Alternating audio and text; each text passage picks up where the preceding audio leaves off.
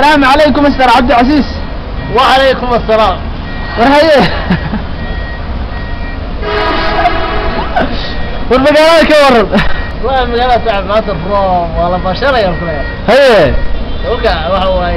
رب الاحتفال في بيت حتى معنا يعني وهو المقالة دي عن كل شيء قاعد ما هو الشيء هو تنام كرام. شو كان يا شو كان لندن هذا شو كورن. والله كنت جر واحد كافر ترى جوي بوصل ما شو بوصاصو ما شاء الله. وشو بوصاص إنه شو لندن أبو كفي عماله والوسيلة باليرية. ما. ها. جوي الثاني كانوا يحط في عين نعلن نقطة. صح. هذه. ما له بوصل الله عطون نقطة دين لا يفعل. waxaan maleynay in laafka haduu noqdo wuxuu noqonay dhibaato miya wuxuu noqonaya dhibaato wuxuu kala noqonaya waxa la qabsatay oo nolol taa ka fiican ma ka raadinaysa waxa inaad mar uun kululaatid aad iyo aad boosaaso iyo London marka la isu fiiriyo nolosha sidee u kala qiimeyn lahayd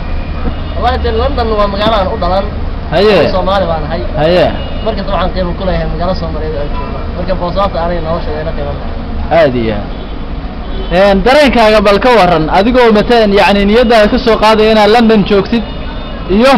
adigoo jooga boosaaso shucuurtaada bal isbarbar dhig wallahi waxa waaye anigu magaalada boosaaso waa magaaladeedii waa magaalada aan maanta ku faani karo waa magaalada la oranayn uma qalan marka shucuurtayda anigu la oranayn waddanka ma qalan magaalada anigu aanan may oran karin shucuurta waa qiyaasiga dhaado meesha kala jooga aad iyo aad walaal waxaan dareensiinaysaa wadaniyad aad u xeel dheer waxa weeye taasina waxay nagu dhalinaysaa inaan wadankeena jeclaano ilaa wax noo dhaamo ma lehe bal ka waran quruxda boosaasood iyo quruxda London wallahi markii quruxda tabar dhigayo waxyaalo lagu qiimeeyo jira waxyaalo lagu qiimeeyo waxa weeye qurux aadan lahayn qiimo kuma laha عجيب erayadaas waxaan dhihi karnaa dahab lagu qoro iyo sheekada guriga aad leedahay si kastoo ha u falxumaadee adiga qiimo ku leeyahay qurux guri aad lahayn aad ninkii lagu qurxiyay adiga magaalada boosaaso qurux badan maadaama qof Soomaaliyeed ma sha Allah wallahi billahi waxa way fiidiyooga waxaan jeclaan lahaa qurba joogto dhan inay daawato oo ay dareento wadankooda qiimaha leeyihiin refugee meeshan ku yahay laakiin halkan xawadka ka soo coreynaa wadankaagi way wallahi billahi annaka ma laan dheeraysana Soomaa aadiya waa meel lagu dhahayo waa in hebel aan lagu oran ajnabi ah tahay keen basbisada ali passportka ay insurance-ga ku jira aan lagu oranayn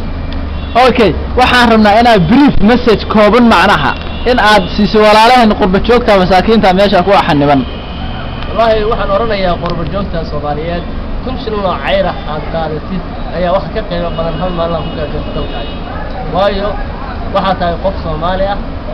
waxaana qiimo aad ku leedahay magaalo aad leedahay magaalada aan lahayn xogaa lacag ku hayso laakiin waxoogaa lacag ka go'aysa caymid kaaga go'aysa mataqaanaayo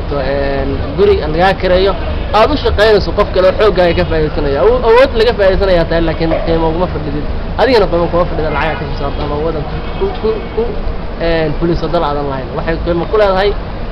wadankaaga oo dhaqaale ka soo saartid awoodaadan aad gudbid aad iyo aad hal su'aal baan ku weydiinayaa oo maaragtay arrintaas ay ugu dhalisay su'aashaas waxay tahay xooga aan wadanka maaragtay shisheeye aan ku xoog khasaarinayo haddaan dalkay ku khasaariyo iyo inaan dawladda ku khasaariyo keebaa fiican isku mid ma waaga waayo waxa weeye awoodda wadanka ku khasaaraysa waa awood u dhaxlaya wiilkaaga iyo wiilkiisa laakiin awoodda aad ku khasaariso wadan shisheeye waa mid aad tamacanayso inta adiga aad nolosha لكن ما نقدر لما بيشنت نقطة ده أودي ضد بيانية هذه أنا بيشنت بقى النقطة ده وطنك هالك بساط النقطة لكن تن ومد مره هذا وعنيه وراك إن أدرك ويلك إلى أي أجياش الصومالية ضاعت وأنا مثل دي كرة يا أود أتكلم بالعادة يا جار الصومالي ما جار لكن ما أنت قيمة كساد وطن الشيء جار السماء مركز جار جديد معناه هذا وحويه وحيالنا يا وحيالنا يا قفك متقانا أوصل صراحة حقوق فلان أريدها كصوماليات مو فارق أريدها صوماليات لكن قيمها هي بلده وجاره وحاسس كده جديد ما لها صومالي لكن هذه أريدها صوماليات ما أنت وجار لها أو وده سيارة لها وجار لها الكاس مجا فيرست تيمون وحاجيه لها صومالي صدقت مجا أود ده الحين نقول إنسا أود يرانا سواء كفانا سوقف أنا أديك أنا ضدك لكن بس ودك أود أتجلس صوماليا وحكوفانا يا أديك وحكوفانا يا ضلكاجي وحأمد هذا معك يا الناس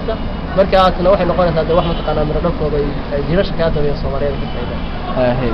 maasha Allah ninkan aad arkaysaan waa injineer Cabdicasiis Saciid Faarax oo ka tirsan shaqaalaha shirkadda Telecom Puntland ahna aqoonyahan aad uga fakara ahna maxallil Soomaaliyeed arrimaha Soomaaliya aad wax uga maartay yiraahda aad baa u mahadsantahay waqtiga qaaliga injineer